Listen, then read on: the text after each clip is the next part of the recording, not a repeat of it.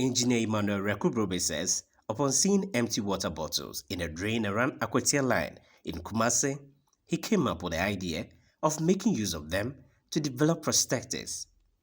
One fateful Sunday, I was just walking around Kumasi WAEC office, the one close to the Unity Oil at Kotia Line. And I came across this big drain behind the Unity Oil, and it was full of plastics. I stood there, it was quite worrisome to me. I stood there for a while and I asked myself, can't these things that has become burden to society be used for any useful thing? I stepped in, picked some of the bottles, came back home, washed them, and then I started with the prosthetics. So the whole idea came about when I saw one problem and I was trying to find a solution to the problem. The prosthetics came in. I aim ultimately at helping reduce importation of prosthetics into the country. That is one. Also putting smiles on the faces of our amputee brethren, and the waste that has become an international issue. You know, all these plastics end up in the ocean and some in the soil, affecting aquatic life and then plantation negatively. He has been explaining how these prosthetics are used. For how I came about with those things, I hit the bottles to take up the shape that I want, filled with sand, and then sometimes I put in water just to give the formation of the shape I want. And then I craft the fingers as well. As you can see, this is the beginning stage. So I haven't applied any painting or whatever. Then this is how it goes. This particular one, the fingers are very flexible. Yes, I decided to make them flexible. And then getting to the shoulder, as in when you are walking, yes, it moves by itself. And then the short limbs, this one is when the arm is taken off from the shoulder level. You put the short one here, you insert here, and then you tie this strip over the shoulder, and then you clip it here.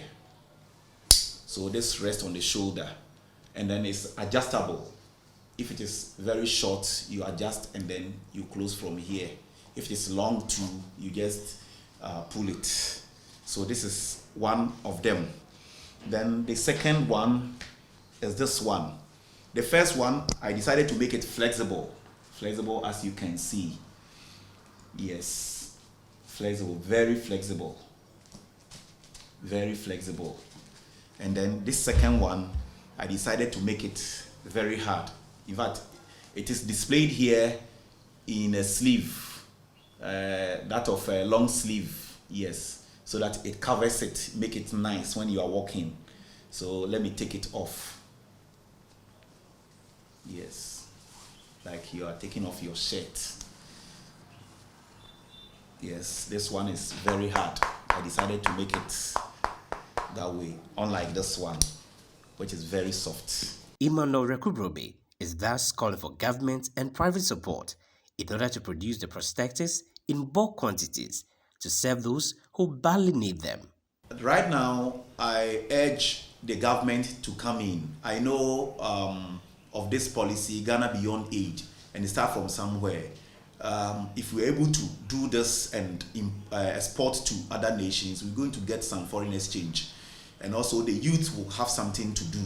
I'm ready to train the youth.